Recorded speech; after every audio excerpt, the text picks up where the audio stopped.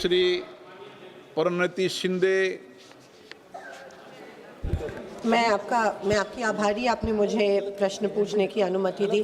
Sir, जैसे border areas में problems हैं, मैं समझ सकती हूँ, लेकिन महाराष्ट्र मेरी कॉन्स्टिट्यूंसी में भी बहुत से गांव है, अक्कलकोट तालुका में, जहाँ पे प्रॉब्लम्स है, जहाँ पे कनेक्टिविटी नहीं है।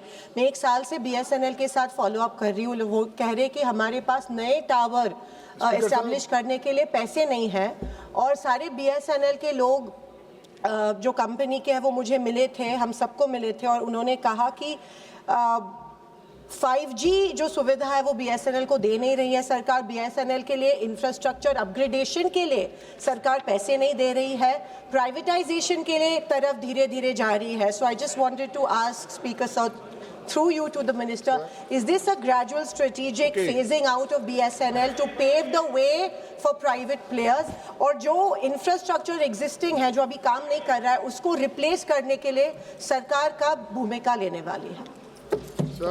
सर, आपके द्वारा सदन के पटल पर मैं रखना चाहता हूं कि भारत में सबसे ज़्यादा विस्तृत टेलीकॉम का नेटवर्क आज विश्व में फैल चुका है, जिसके आधार पर हमारे UPI ट्रांजैक्शंस, हमारे DBT ट्रांजैक्शंस, हम लोग लार्जेस्ट डिजिटल कम्युनिकेशन सिस्टम आज पूरे विश्व में हो गए हैं प्रधानमंत्री जी के नेतृत्व में।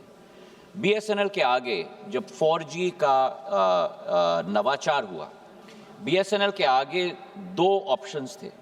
एक कि विश्व के अंतर्राष्ट्रीय कंपनीज से जैसे दूसरे कंपनीज इक्विपमेंट खरीद रहे हैं, साउथ कोरिया, फिनलैंड, स्वीडन या चीन, इनसे हम इक्विपमेंट खरीद के 4G का नेटवर्क बनाएं।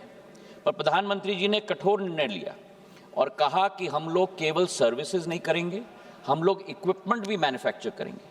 और पहली बार पूरे विश्व में, देश में नहीं सर, पूरे विश्व में केवल 4 देश हैं जो टेलीकॉम इक्विपमेंट बनाते हैं।